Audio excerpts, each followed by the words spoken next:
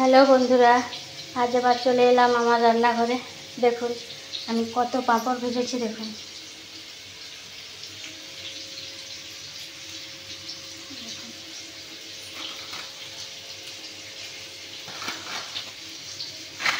দেখেছেন, পাঁপড় ভাজছে।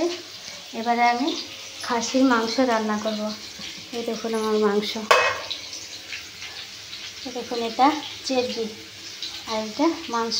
আর নুন হলুদ তেল ম্যারিনেট করে রেখেছি, 1 ঘন্টা হয়ে গেল। এরপর আমি আলু আর পেঁপেটা ভেজে নিচ্ছি লাল করে।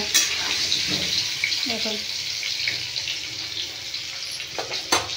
তাই মশলাটা বাটবো, তার জন্য আমি নিয়েছি রসুন, এটা ধনে পাতার ডাঁটা, দেখুন এটা আদা, এটা কাঁচা পাকা লঙ্কা, গোটা রসুন একটা দেবো, এটা কুচনো টমেটো আর কুচনো পেঁয়াজ, আর নিয়েছি চিনি, আর এটা আছে লঙ্কা গুঁড়ো, হলুদ গুঁড়ো, ধনে গুঁড়ো, জিরে গুঁড়ো, আর এটা ধনে পাতা, এটা গরম মশলা গুঁড়ো করে নিয়েছি।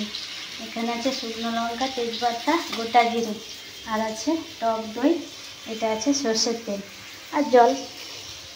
বাস এইগুলো দিয়ে আমি আজকে মাংসটা রান্না করব। তো প্রথম থেকে শেষ পর্যন্ত দেখবেন, একদম স্কিপ করবেন না। দেখুন আলুটা আমি লাল করে ভেজে নিচ্ছি।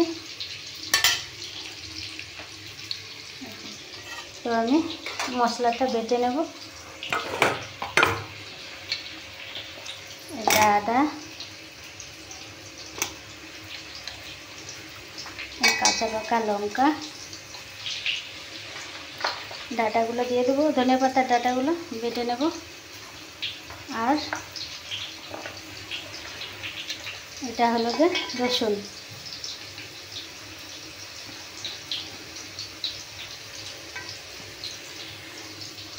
এটা আমি জল দিয়ে বেটে নেব।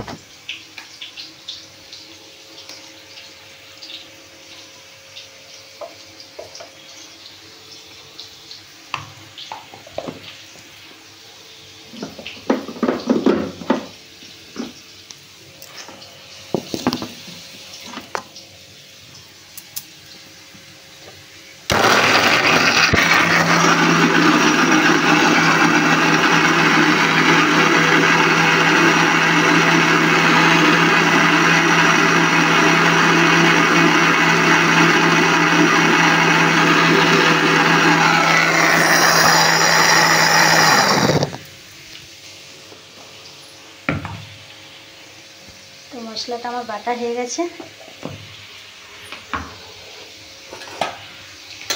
এদিকে আলুটাও ভাজা হয়ে গেছে লাল করে।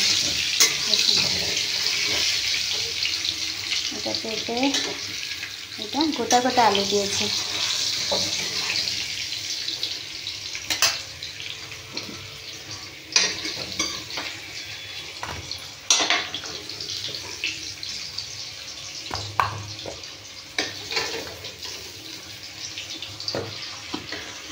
আলুটা আমি ভাজা হয়ে গেছে, তো তুলে নিচ্ছি।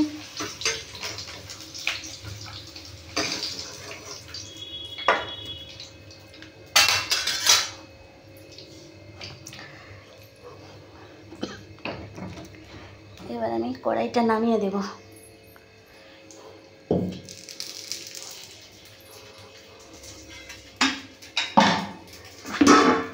এরপর আমি প্রেসার কুকারটা বসাবো।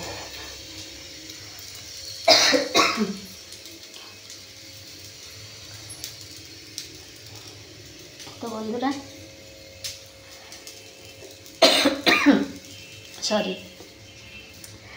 এই পর্যন্ত। এবার আমি মাংসটা রান্না করি, পরে আমি দেখাচ্ছি।